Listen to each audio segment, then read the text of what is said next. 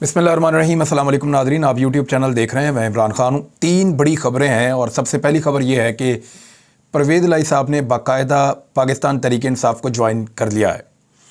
एक तो मैं आपको ये बताऊँ कि चौधरी शुजात हुसैन के पास अब परवेज़ इलाही के लिए गुंजाइश मौजूद नहीं थी। परवेज़ इलाही साहब जो हैं उन्होंने पाकिस्तान तहरीक इंसाफ को ज्वाइन करके अपने सियासी मुस्तकबिल को महफूज बनाया है, क्योंकि चौधरी शुजात हुसैन और उनके बच्चे अब PMLN के टिकट पर इलेक्शन लड़ेंगे और अगर वो PMLN के इत्तेहादी बनते हैं, काफ लीग पे ही वो टिकट पे इलेक्शन लड़ने की कोशिश करते हैं, तो मुझे नहीं लगता कि वो सीटें जीत पाएंगे या जितनी कामयाबी उनको पहले मिली थी उससे आधी भी वो ले पाएंगे, क्योंकि इस वक्त वोट पंजाब में सिर्फ 2 पॉलिटिकल पार्टीज़ के पास है। तीसरी एक पॉलिटिकल पार्टी है लेकिन उसके पास फैसला कुन वोट नहीं है, वो तहरीक लब्बैक है। वो पंजाब में तीसरी बड़ी पॉलिटिकल फोर्स है। चौथे नंबर पे पीपल्स पार्टी है, लेकिन तहरीक लब्बैक के पूरे पंजाब में तो वोट ज़्यादा हैं, लेकिन सीटें निकालने में वो कमज़ोर साबित हुए हैं हमेशा। पीपल्स पार्टी फिर भी पिछली मरतबा 7 सीटें निकाल पाई थी, हो सकता है इस मरतबा 7 से कम निकालें, या हो सकता है कि क्योंकि मोहसिन नकवी आसिफ अली जरदारी के बहुत करीबी हैं, कोई मावनत की जाए और पीपल्स पार्टी ज़्यादा सीटें जीत जाए, सहूलतकारी हो जाए, वहाँ से ज़्यादा सीटें जीत जाए। लेकिन मुकाबला 2 ही जमातों के अंदर है, एक PMLN और दूसरी पाकिस्तान तहरीक इंसाफ। और पाकिस्तान तहरीक इंसाफ का मुकाबला इस वक्त PMLN वैसे भी नहीं कर पा रही। वजह यह है कि मकबूलियत का बहुत फ़र्क पैदा हो गया है। PMLN की हुकूमत बनने के बाद लोगों के ऊपर जिस तरह का बोझ पड़ा, उसके बाद PMLN की सियासी तौर पे तकरीबन पंजाब में डेथ हुई है और वो बहुत कमज़ोर हो गई है। हालांकि पंजाब की सबसे बड़ी और ताकतवर पार्टी थी 1 साल पहले तक, और उससे चंद साल पहले तक बहुत बड़ी पार्टी थी, लेकिन PTI ने ना सिर्फ अपने आप को यहाँ पे लाकर साबित किया, बल्कि उन्होंने अपने आप को सबसे बड़ी पार्टी में कन्वर्ट कर दिया है। आज की तारीख में तो सिचुएशन ये है। तो परवेज़ इलाही साहब ने अपने लिए, अपनी फैमिली के लिए, अपनी सियासत के लिए एक बड़ा शानदार फ़ैसला किया। उनके लिए अब काफ लीग में जगह नहीं थी, और अगर वो काफ लीग की टिकट पर इलेक्शन लड़ते भी, इमरान खान साहब उनको कुछ इत्तेहाद के अंदर साथ शामिल भी कर लेते, तो तब भी उनको महदूद नशिस्तें मिलती है, उनकी एक महदूद ताकत रहती। लेकिन अब परवेज़ इलाही साहब ने क्योंकि पाकिस्तान तहरीक इंसाफ को ज्वाइन कर लिया, तो वो पार्टी के सीनियर रहनुमाओं में से एक होंगे। वो पाकिस्तान तहरीक इंसाफ के फ़ैसलों में भी शामिल होंगे और इससे इमरान खान साहब को भी एक ऐसी शख्सियत अवेलेबल आ जाएगी जिसका सियासी कद मौजूद है पाकिस्तान में। लेकिन परवेज़ इलाही रवायती सियासतदान है, बिल्कुल वैसे ही जैसे अलीम खान एक रवायती सियासतदान था, जैसे जहांगीर तरीन एक रवायती सियासतदान, जैसे चौधरी सरवर एक रवायती सियासतदान, जैसे शरीफ ख़ानदान रवायती सियासी ख़ानदान है, जैसे जरदारी ख़ानदान एक रवायती सियासी ख़ानदान है, इसी तरह से परवेज़ इलाही एक रवायती सियासी ख़ानदान है। इमरान खान साहब का जो नज़रिया है, या पाकिस्तान तहरीक इंसाफ जो स्टेटस को के अगेंस्ट एक पार्टी बनी है, उसमें परवेज़ इलाही साहब की शमूलियत स्टेटस को के एक और आदमी की पाकिस्तान तहरीक इंसाफ में शमूलियत कही जाए तो ये नामुनासिब नहीं होगा। अब मेरी बात किसी को पसंद आए या बुरी लगे, बात तो सच है। परवेज़ इलाही साहब खुद स्टेटस को का हिस्सा है। परवेज़ इलाही साहब एस्टेब्लिशमेंट की गुड बुक में हमेशा रहना चाहते हैं। आजकल उन्हें एस्टेब्लिशमेंट से गिले ज़रूर हैं, और क्योंकि गिरफ्तारियां हो रही हैं, बंदे पकड़े जा रहे हैं। दूसरा, ये इतने नीट एंड क्लीन नहीं है।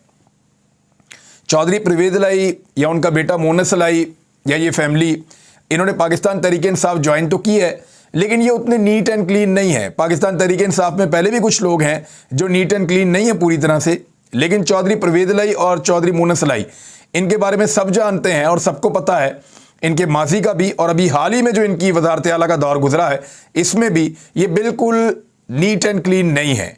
इनके ऊपर करप्शन के इल्ज़ामात हैं और इनके साथ बहुत सारी ऐसी चीज़ें जुड़ी हैं जो नामुनासिब हैं। पाकिस्तान तहरीक इंसाफ के बहुत सारे वज़रा ने मुझे खुद बताया कि परवेज़ इलाही साहब और उनके करीबी साथी किस तरीके से करप्ट लोगों का तहफ़्फ़ुज़ करते थे और किस तरीके से बाकी वज़रा के ऊपर दबाव डालते थे कि फ़ैसले उनकी मर्ज़ी के मुताबिक किए जाएँ। बहरहाल परवेज़ इलाही साहब ने अपनी सियासत के लिए ये एक अच्छा फ़ैसला किया है।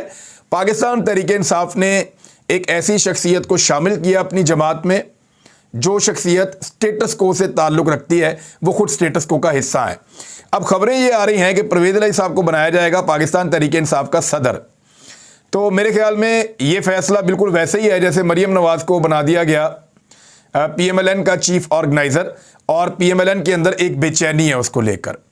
पाकिस्तान तहरीक इंसाफ में उसूलन बेचैनी पैदा होनी चाहिए। वो इसलिए कि परवेज़ इलाही का पाकिस्तान तहरीक इंसाफ से कोई ताल्लुक़ नहीं है। वो 10 सीटों के साथ ब्लैकमेल करके वज़ीर आला पंजाब बने थे। अगर इमरान खान उन्हें वज़ीर आला पंजाब बनाने की ऑफ़र ना करते तो वो चले जाते मुस्लिम लीग नून के साथ, और वो वहाँ पर हामी भरकर भी आए थे। दूसरी जानिब परवेज़ इलाही साहब को डायरेक्ट सदारत का ओहदा देने का मतलब ये है कि पाकिस्तान तहरीक इंसाफ के बहुत सारे सीनियर रहनुमा जो बड़े लंबे अरसे से पार्टी के लिए कुर्बानियाँ दे रहे हैं, पार्टी के साथ खड़े हैं, पार्टी के साथ चल रहे हैं, परवेज़ इलाही साहब उन पर सबकत लेकर उनसे आगे निकल जाएंगे। बहरहाल ये इमरान खान साहब का फैसला है और परवेज़ इलाही साहब का फैसला है। इसके असरात अच्छे होंगे या बुरे होंगे ये उन्हीं को बर्दाश्त करने पड़ेंगे। मेरे पास जो एनालिसिस था वो मैंने आपके साथ शेयर कर लिया।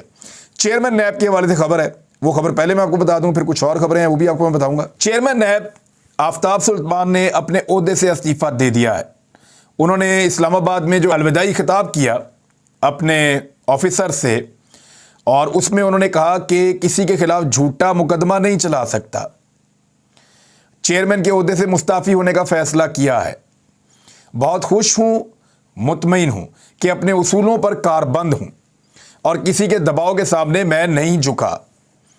हमारा आइन हमारे तमाम मसाइल का हल फराहम करता है। आइन पर अमल ना करने की वजह से आज हम सियासी और माशी बहरान का शिकार हैं। आला इखलाकी इक़दार और कानून की हुक्मरानी के उसूलों को बरकरार रखने के लिए नैब के नौजवान अफसरान पर मुकम्मल मुझे एतमाद है। बहरहाल ये आफ्ताब सुल्तान 25 जुलाई 2022 को बतौर चेयरमैन नैब इन्होंने ओहदे का चार्ज संभाला था, और 25 जुलाई से लेकर अब तक जो नैब के साथ हुआ वो भी आपके सामने है। नैब का नक्शा ही बदल गया, सारे नैब के दांत ही तोड़ दिए। उसके वो तमाम कवानीन जो करप्ट लोगों को पकड़ते थे वो तमाम कवानीन ख़त्म कर दिए गए।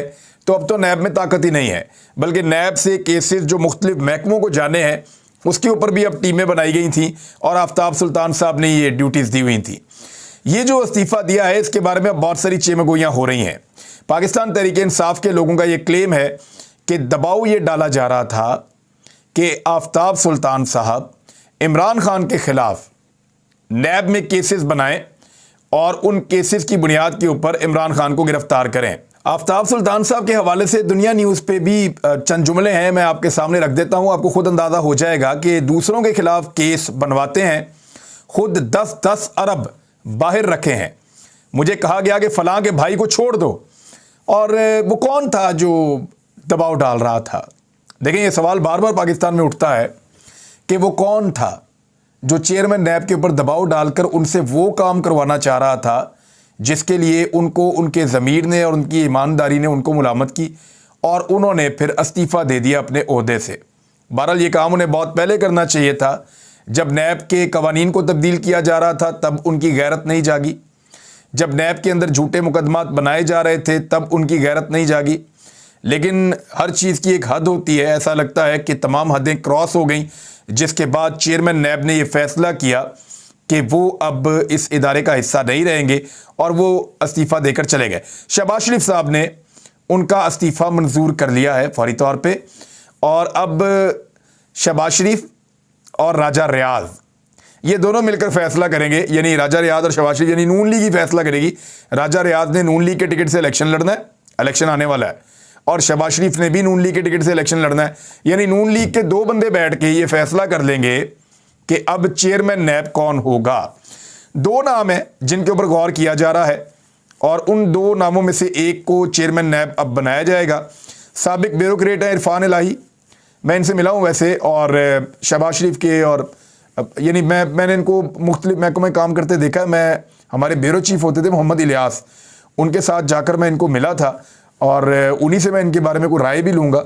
लेकिन मेरी राय में ये शहबाज शरीफ वगैरह के करीब हैं, और आज़म सलमान साहब के नाम शामिल हैं, और इत्तेहादी जमातों से भी कहा जा रहा है कि मुशावरत की जाएगी। जबकि पाकिस्तान तहरीक इंसाफ का कहना है कि इमरान खान साहब के खिलाफ मुकदमात तैयार किए जा रहे थे नैब में, और झूठी चीज़ें बनाई जा रही थी, जिसकी बिना पर यह हुआ है। चीफ इलेक्शन कमिश्नर को भी इस्तीफ़ा दे देना चाहिए, फवाद चौधरी साहब ने यह मुतालबा किया है। फवाद चौधरी ने लाहौर में न्यूज़ कॉन्फ्रेंस करते हुए कहा कि चेयरमैन नैब ने इस्तीफ़ा दे दिया है। चेयरमैन नैब पर दबाव था कि सियासी मुखालिफिन पर मुकदमात कायम करें, लिहाजा अब चीफ इलेक्शन कमिश्नर को भी इस्तीफ़ा दे देना चाहिए चेयरमैन नैब से सबक हासिल करते हुए। और चीफ इलेक्शन कमिश्नर को शरीफ फैमिली की तरफ से सदारत की ऑफ़र दी गई है कि आइंदा आपको हम सदर पाकिस्तान बना दें। वैसे बना भी सकते हैं, इन्होंने रफ़ीक तारड़ साहब को भी बनाया था, इन्होंने ममनून हुसैन साहब को भी बनाया था, तो बना भी सकते हैं। रफ़ीक तारड़ भी इसी तरह की मैनेजमेंट के नतीजे में सदर बने थे। आजकल तो नैब के बगैर भी घटिया मुकदमे दर्ज हो रहे हैं। जिन्होंने इलेक्शन कमीशन के बाहर एहतजाज किया, इन पर दहशतगर्दी के केसेस बनाए गए। यही वो केस है जिसमें इमरान खान साहब को जाकर बाद में अदालत में पेश होना भी पड़ा।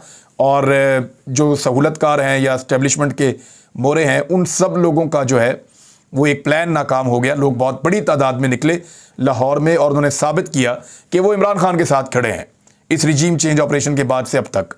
जेल भरो तहरीक के बारे में नाज़रीन मैं आपको अगले वीलॉग में बताता हूं, लेकिन आपको आज क्योंकि वीलॉग मेरा थोड़ा लेट है और मेरे पास कुछ इन्फॉर्मेशन भी है वो आपके साथ मुझे शेयर करनी है, और ये बड़ी ज़रूरी इन्फॉर्मेशन है। जिन लोगों ने भी अरशद शरीफ के लिए पाकिस्तान की ज़मीन को तंग किया था, उनको मैं अपनी एक इन्फॉर्मेशन बताना चाहता हूँ, ज़रा गौर से कान खोल कर सुन लें। जिन लोगों ने पाकिस्तान में या पाकिस्तान की सरजमीन को अरशद शरीफ के लिए तंग किया था, उनका बुरा वक्त बहुत जल्दी शुरू होने वाला है और उनको उन तमाम सवालों का जवाब देना पड़ेगा जो सवालात ना सिर्फ अदालत ने उठाए हैं बल्कि हम भी उठा रहे हैं। मैं आपको फिर बता रहा हूं कि जिस बुनियाद पे लोग अपने आप को बचाने की कोशिश कर रहे हैं या जहां पे वो सहारे ढूंढ कर बैठे हुए हैं, वो सहारे बहुत जल्दी उनसे छिनने वाले हैं। वो जो बहुत ताकतवर अपने आप को समझते हैं और सहारों पे भरोसा करते हैं, मैं उनको ये बताने लगा हूं कि अल्लाह की लाठी बेआवाज़ है।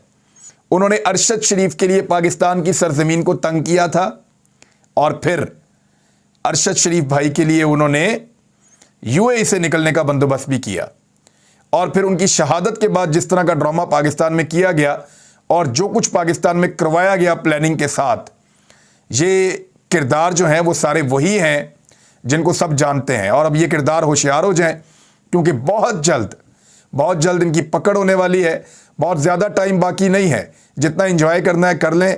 ये वक्त हम सब इंशाल्लाह देखेंगे, क्योंकि ये मैं अब ख्वाहिश की बुनियाद पे नहीं कह रहा। ख्वाहिश की बुनियाद पे मैंने बहुत मरतबा आपको कहा कि अरशद शरीफ शहीद के कातिल इंशाल्लाह ज़रूर बेनकाब होंगे, ज़रूर पकड़े जाएंगे, ज़रूर उनको सज़ा मिलेगी, वो निशाने इबरत बनेंगे। लेकिन आज मैं आपको इन्फॉर्मेशन की बुनियाद पे कह रहा हूँ कि जिन पे तकिया है वही पत्ते हवा देंगे, देखिएगा। यानी जिनके सहारे वो खड़े हैं वहीं से उनका सहारा छिन जाएगा।